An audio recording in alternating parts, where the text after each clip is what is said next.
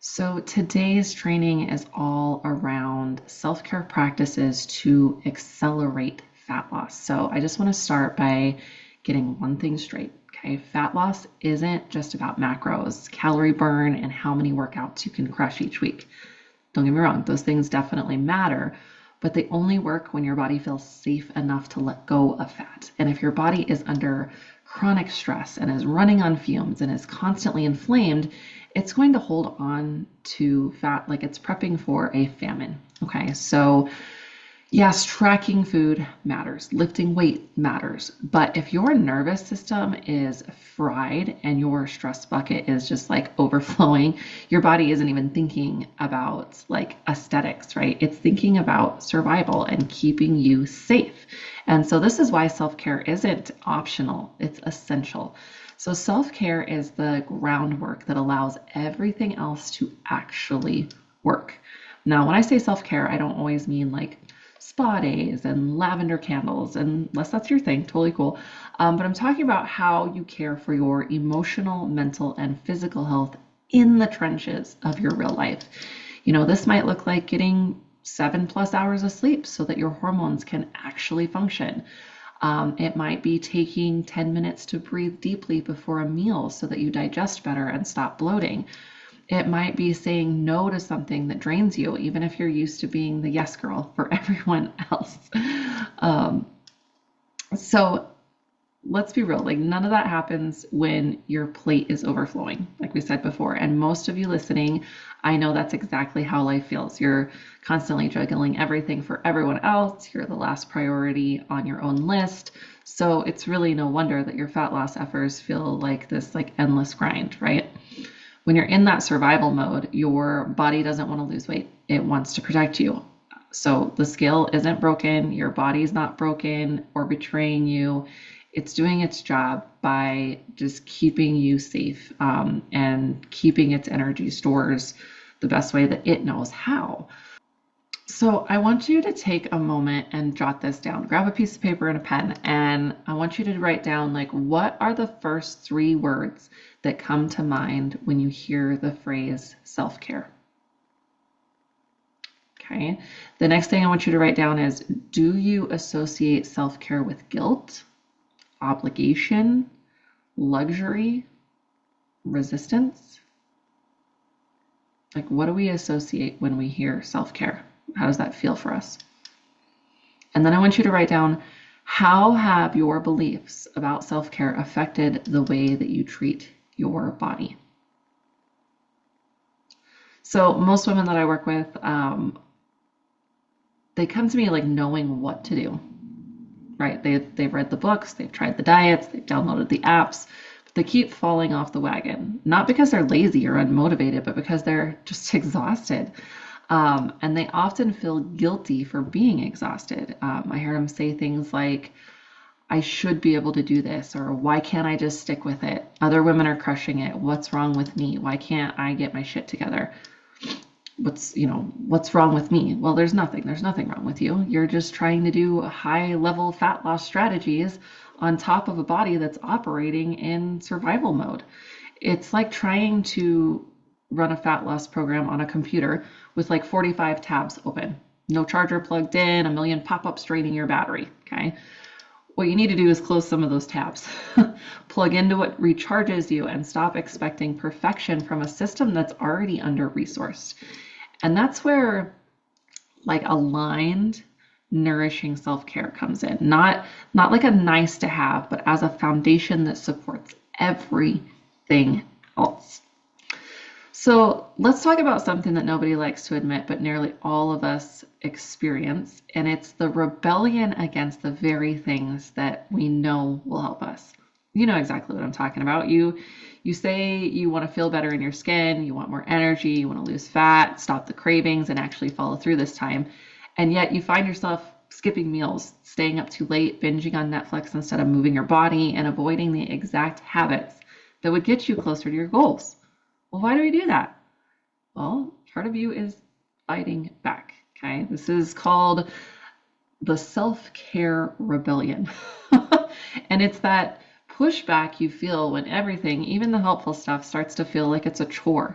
Okay, you're doing all the right things. You're lifting weights, you're eating the protein, you're drinking the water, you're putting your feet up like I told you to do, but you're secretly like resentful about all of it. Doesn't feel like self-care. It feels like another to-do list. And you're already drowning in those, right? So this rebellion can show up as procrastination, avoidance, the whole I'll do it tomorrow energy, and eventually full-blown self-sabotage. But I want you to understand that this isn't a discipline problem, it's a programming problem. Okay. So let's talk about the role of our subconscious. Okay. 90% of your thoughts today are the same ones you had yesterday. And 70% of those thoughts are running beneath the surface, happening subconsciously. Okay. So when your brain has been wired for decades with beliefs like, well, I just always fall off track, or I'm just not consistent, or I never stick with anything, or I have to earn rest, or taking care of myself is selfish, right? Like those things that we've ingrained into our brain for years. Well, guess what happens? Even when you consciously want to change those thoughts, your subconscious is pulling you back toward what feels more familiar because we've been doing it for so long, right? It's not, your brain's like not trying to sabotage you, it's trying to keep you safe in what it knows. Like that's what it knows, that's what it's been trained to do. Your brain doesn't know the difference between what's helpful and what's harmful. It only knows what's habitual.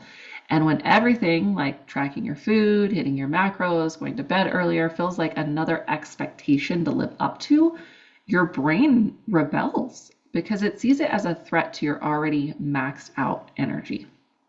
So what do we end up doing? We forget, we scroll, we snack, we say, screw it, I'll start over on Monday.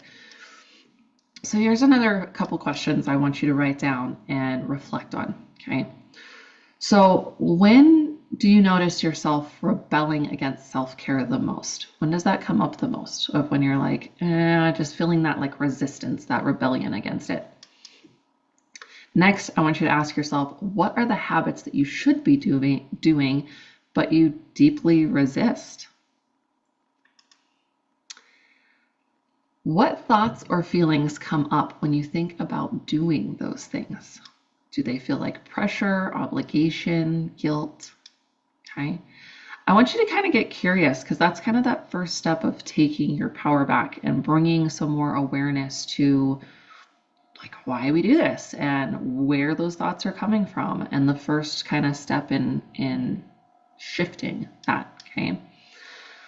The more your brain feels like it's being forced into something, the more it's going to fight it. And that includes healthy habits. So at the root of that rebellion is a lack of pleasure, a lack of autonomy, a lack of feeling like your needs, even basic joy, matters too. So what happens is we end up treating self-care the same way we treat like cleaning out a junk drawer or filing our taxes. It's just one more damn thing on the list, right? But your body knows the difference between genuine nourishment and obligation energy, okay? And that's why fat loss can sometimes feel like impossible when your nervous system is just so overloaded, even if you're doing everything right. So the key is kind of that reconnection, okay? We have to stop treating our bodies like projects to fix and start treating them like partners in this process. So this means like rewiring our beliefs, creating safety, and building habits from a place of alignment, not resentment. So that we can just like stop white knuckling our way through our health journey and we can actually enjoy the process. We can start living in it, because self-care doesn't, if it doesn't feel good, if it doesn't feel like it's something for you, you're eventually going to rebel against it and like full stop, not going to do it anymore, right? So here's how we flip the script from a checklist to alignment, okay? First, let me ask you something. Have your healthy habits become just like another checklist, right? Hit your protein, log your food, lift your weights, get the steps. Don't eat after 8. Put your damn feet up the wall. You're checking the boxes, sure, but it feels like pressure, right? Like you're trying to stay on top of a never-ending task list. And when self-care becomes a job, you're going to want to just quit it, right? So don't get me wrong, structure definitely matters, but if it doesn't feel good, it's not going to be sustainable. So the shift we're making here is from obligation to alignment. So what does alignment look like? Well, alignment is when your habits are connected to your values, your identity, and your desires. So when what you are doing actually makes sense for your life and brings something meaningful to the table. So instead of saying like, I need to go for a walk, it becomes, I feel clearer and calmer when I move my body.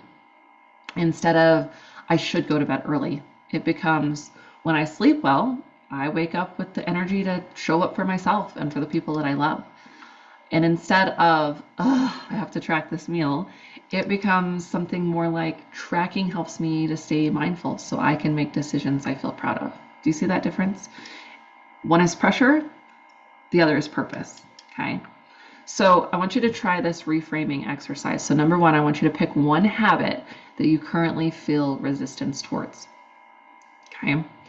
Number two, I want you to ask yourself, why do I believe I should do this? Where did that belief even come from? Number three, then ask, what would this look like if I enjoyed it? If it felt easy, if it felt nourishing, maybe even fun. Number four, finally, what could I align this habit with? Something I truly value, like energy, confidence, strength, peace, connection. So let's say you hate strength training, okay, but you value feeling strong and capable in your body. So instead of seeing it as something that you're forcing yourself to do, reframe it as a commitment to that strength. Then we're going to tweak the environment, okay? So why not create a killer playlist or wear an outfit that you feel super confident in and reward yourself with something after? Your brain loves dopamine. It wants to associate the effort with something positive. So when you tie pleasure into the process, your motivation becomes a lot easier. Okay? What would it look like if you actually enjoyed your journey, enjoyed this process? This is the most powerful question that you can ask. What would your nutrition look like if it was enjoyable?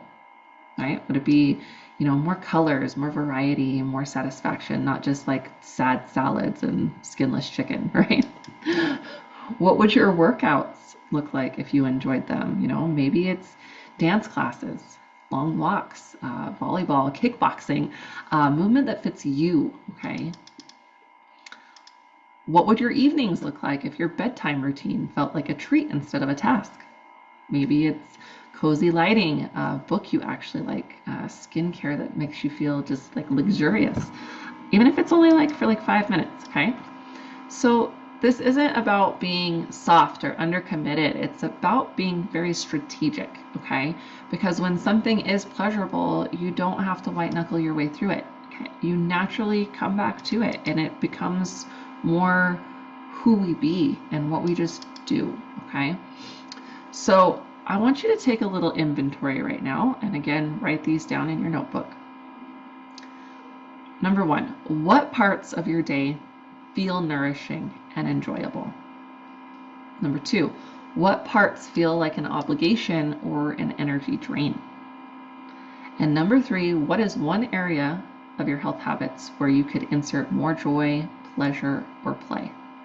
Okay, this could be as simple as playing music while you meal prep, or turning your walk into a podcast break. You could use fun pens and cute notebooks for tracking, lighting a candle during dinner instead of scrolling. Okay, these small tweaks can really shift your nervous system from task mode to connection mode, and that shift makes it easier to stay consistent without relying on willpower alone. All right, next I want to talk about food, movement, and sleep, and how making the foundations, the foundational basics, how we can make them feel good again. So if you've ever caught yourself saying I know what to do, I'm just not doing it, right? I'm pretty sure all of us have been there at some point, right? Most of the women that come to me, they're not struggling with a lack of knowledge, they're struggling with the follow through, because the way that they've been doing it, it feels like crap. So let's break down the 3 pillars. So food, movement, and sleep. And let's rebuild them from the ground up, starting with joy and alignment instead of guilt and shoulds, okay? So let's start with food. So going from restriction to nourishment. So food is where rebellion often shows up the loudest. Okay, you know you should eat more protein. You know you should meal prep. You know you would feel better when you know, don't skip meals. And yet when life gets busy or you're super emotionally drained, you fall back into those old habits, right? We skip breakfast, we get snack attack, we go all day without eating much, and then we finish the night like elbow deep in a bag of something crunchy, right? So this is not like a character flaw. I want you to be really clear that this is a coping mechanism, okay? And it's tied to your beliefs around food, your stress levels, and your history with dieting. So let's flip it. Ask yourself, what would my meals look like if they were nourishing and satisfying? How can I bring more color, flavor, and fun to my plate? And what do I actually enjoy eating that also fuels my body well? Okay, so start there. You can try things like using a Pinterest board or recipe apps to explore some new recipes, some new flavors. Building perfect plates that feel balanced but not boring. You can upgrade your meal environment. So again, like lighting that candle, use a real plate, sit down at a table, okay? Changing it up. And it's not about perfection, it's about presence, okay? If food always feels like a job or a math equation, you're gonna rebel against it, right? But if food becomes a source of pleasure again, something you look forward to instead of dread, you're gonna naturally eat in a way that helps support your fat loss journey, okay? Next, let's talk about movement, okay? So you do not need to suffer through hours of cardio to lose fat, ladies. In fact, if your workout feels like punishment, your body is going to start associating movement with dread, and you're going to avoid it entirely, okay? So we want to create a new relationship with movement, one that honors your preferences and supports your goals. So ask yourself, like, what kind of movement feels good in my body right now? What have I done in the past that felt empowering and fun? And how can I make movement something that I want to do instead of something that I have to do? So here's a couple ideas. If you hate going to the gym, try doing some strength training at home. You can do a lot of stuff at home, get great results. You know, maybe we're tired of doing squats and lunges. Add in some hiking, some dancing, maybe even some cycling. And if you're struggling with consistency, like anchor it to some music or a podcast or a reward afterwards, okay? Consistency isn't about necessarily doing the same thing every day, but it's about honoring your body and showing up in some way, even if that means modifying or moving differently each week, but you're still moving every day, right? Progress comes from showing up regularly, not perfectly, all right? All right, let's talk about sleep. Okay, this is a big one, especially for my moms and my high achievers out there. Sleep is usually the first thing that's sacrificed in the name of productivity or me time. But it's one of the most powerful tools for fat loss, for hormone regulation, blood sugar control, mood stability, and even like managing our cravings. So if you're doing everything right and still not losing fat, look at your sleep. Now, I'm not here to tell you to go to bed at 8 p.m. and get up, you know, give up all your like nighttime decompression time. I'm definitely not saying that. But I want you to ask, like, what would my nighttime routine look like if it felt more luxurious instead of restrictive? Ask yourself, how can I create an environment that makes rest feel inviting and not obligatory? Okay. And what helps me unwind, like mentally and physically, so I can actually fall asleep and stay asleep? So here's some ideas. Salt lamps, low lighting, cozy bedding. We could journal or do some kind of devotional reading. Epsom salt baths or stretching, legs up the wall. Of course, that's one of our big go-tos. Calming scents or sounds or skincare. And, you know, maybe you don't do all of that every night, and that's fine. But like creating like a 15-minute routine that feels like yours, not your kids, not your partner's, can massively shift your nervous system into something more positive that can support your fat loss progress, okay? A rested woman is a regulated woman, and a regulated woman burns fat faster, thinks clearer, and feels stronger. So very, very important with the sleep. So quick check-in. Which one of these three areas, food, movement, sleep, feels most out of alignment for you right now? Which one do you resist the most and why? And what's one small shift that you can make this week to bring more ease or enjoyment into that area? All right. Now that we've started to shift your mindset from discipline to alignment, from a checklist to more of a ritual, let's dive a little bit deeper, okay? Because in order to change, you have to notice, okay? Self-awareness is your superpower. Without it, you'll keep doing what you've always done. You'll keep reacting to stress, skipping self-care, and wondering why nothing is ever sticking. But when you start to observe your patterns with more of a sense of curiosity instead of judgment, this is when everything changes, okay? So start with a pattern check. Ask yourself, when do I avoid self-care the most? What time of day or day of the week do I feel most resistant to taking care of myself? And what does my inner dialogue sound like when I skip something I meant to do? What emotions come up when I think about doing self-care? Is it guilt? Is it pleasure? Is it resentment? Okay. These answers give you some really good insight into what's driving that rebellion and what's keeping you stuck. Okay. Sometimes it's schedule. Sometimes it's old programming. Sometimes it's unprocessed emotions or trauma in your body that you don't necessarily want to face. Okay. Whatever it is, it's valid. Okay. And once you name it, you can start working with it instead of against it. So let's revisit the pleasure audit, okay? But we're going to take it a little bit further, okay? I want you to make 3 columns in a notebook or a journal, okay? I want you to write down, number 1, current habits that feel nourishing, okay? So think, I feel better after I do this, okay? The next column is going to be habits that feel like a chore or an energy drain, okay? So let's be honest, that even if it's a healthy habit, okay? What feels like a chore or an energy drain.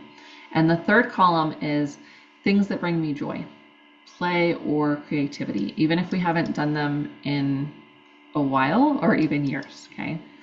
So once you've got your list, I want you to ask, what's missing from my daily or weekly life that used to make me feel more alive? What did I love as a child, a teen, or a young adult before life got really heavy? And then how can I reintroduce one of those things into this week? Okay. Joy does not need to be time consuming, okay? Even with all of this, like this doesn't mean you need to overhaul your entire life or start scrapbooking for 3 hours a day. You can insert joy into your day in 10 minutes or less, okay? So here's some ideas to spark your thinking, okay? Like a song that lifts your mood on the way to work, or a walk outside without your phone, maybe stretching in your kitchen while dinner's cooking, maybe watching something funny and like actually laughing, not just our right, like a good deep belly laugh. Maybe sitting in silence for 2 minutes with your coffee, or wearing something that makes you feel like a badass, or scheduling a like no one needs me for an hour 1 day a week. Okay, these moments shift your nervous system. They bring you out of that fight or flight and back into your body. And when your body feels safe, fat loss becomes easier. Okay, so here's an experiment that I often give my clients, and I want you to try it. So for the next 7 days, I want you to plan one joyful activity into each day. That's it, just one.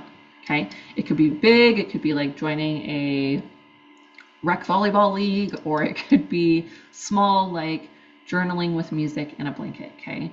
But each evening I want you to reflect on, did I feel more calm or less reactive today? Did I stick with my food and my movement goals more easily? Did I enjoy my day more? Okay, you're collecting evidence that joy and pleasure are productive, and they aren't distractions from your goals, they are fuel for them, okay? Now let's take this a step further, okay? I want us to build your ritual, not a to-do list. So I want to help you build a joy-based self-care plan, and here's how, okay? So number 1, you're going to pick 2 habits that you want to be more consistent with.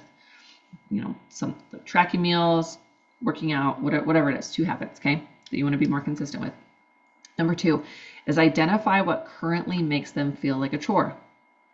Is it time? Is it guilt? Is it boredom? Is it the environment? Okay. Number 3, brainstorm ways to make them more enjoyable. So, music, clothes, rewards, company, timing, space, things like that. Number 4 is pair each habit with a micro dose of joy. Okay, so here's an example. So after I track my meals, I take 5 minutes with my coffee in my journal. Or after I work out, I get my favorite smoothie and I sit in the sun for 10 minutes. Okay, pairing those. So you're training your brain to associate these habits with reward and not restriction. And when your brain gets dopamine from the process, that motivation becomes more of a natural thing, okay? Then we can incorporate in some affirmations to anchor this work, okay? And we want one that resonates with you. I'm going to give you some examples, and you can definitely use these, or you can create your own. But affirmations are something that, again, help us to ingrain and change that subconscious thinking by speaking a truth that maybe is not quite true yet, but is obtainable and is kind of what we want, okay? So something like, I am worth the time it takes to feel good in my body. Or I create joy even in the small moments. Rest is part of my progress and I don't need to earn it. Self-care is a responsibility to myself, not a luxury. And I deserve a life that feels as good as it looks. So you repeat these out loud, write them somewhere visible, remind yourself daily. I tell my girls, write your affirmations in 3 spots that you can see throughout the day, behind your computer, in your car, in your bathroom mirror, on your fridge. Like, where are you the most that you can see those, like, front and center all day long? And again, shifting that subconscious thinking, right? Because this isn't just about fat loss. This is about remembering that your needs matter and building a life that honors them as well. So let's zoom out for a second, because I just kind of fire hosed a whole lot of information to you, right? So you've taken in a lot, you've learned a lot. That, self-care isn't optional. It is the foundation for fat loss that lasts. Resistance isn't a flaw. It's feedback from your nervous system and your subconscious mind. Okay, that all or nothing approach is the very thing keeping you stuck. And most importantly, pleasure, play, and joy are not distractions. Okay, they are the key to moving you forward. But this information alone doesn't change your life. Application does. Okay, and that's where most women really struggle, not just because they don't care or because they've never been given a plan that actually fits their life. That's exactly why I create these custom blueprints for my clients inside my one-on-one coaching program. But I really want you to go through these questions, like use a journal, a notebook, write these down, go through the questions, go through the mindset work that we just talked about, ask yourself, and be really, really freaking honest with yourself on these things, okay? Again, getting more clear around this will help you to apply the action steps moving forward so that you can actually shift all of this, right? And when you work with me, I don't just throw you macros and hope for the best, and I don't just hand you workouts and walk away. Like, we build together a plan that meets you where you are and grows with you. And your custom blueprint is designed around your goals and your body, structured to support your metabolism and your hormones, your lifestyle, and it's flexible enough to fit real life, okay? But it's also focused enough to get the results. So we work on, your nutrition, what works for your digestion, your energy, your cravings, your movement, what you enjoy, what your schedule allows, what actually drives results, your mindset, so we can rewire the old patterns that keep dragging you back, and your recovery, because when your nervous system feels safe, everything gets easier. So you'll never get cookie cutter coaching from me.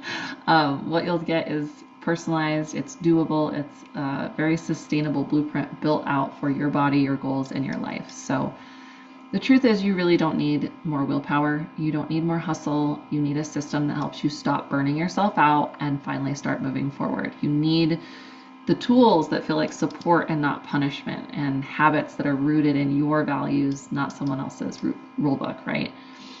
And a life where fat loss isn't the center of your world, but a natural byproduct of taking better care of yourself. And that's what we create together inside my coaching program. And if if you're tired of starting over, if you're done being stuck in survival mode and you're ready for your own blueprint, you know where to find me.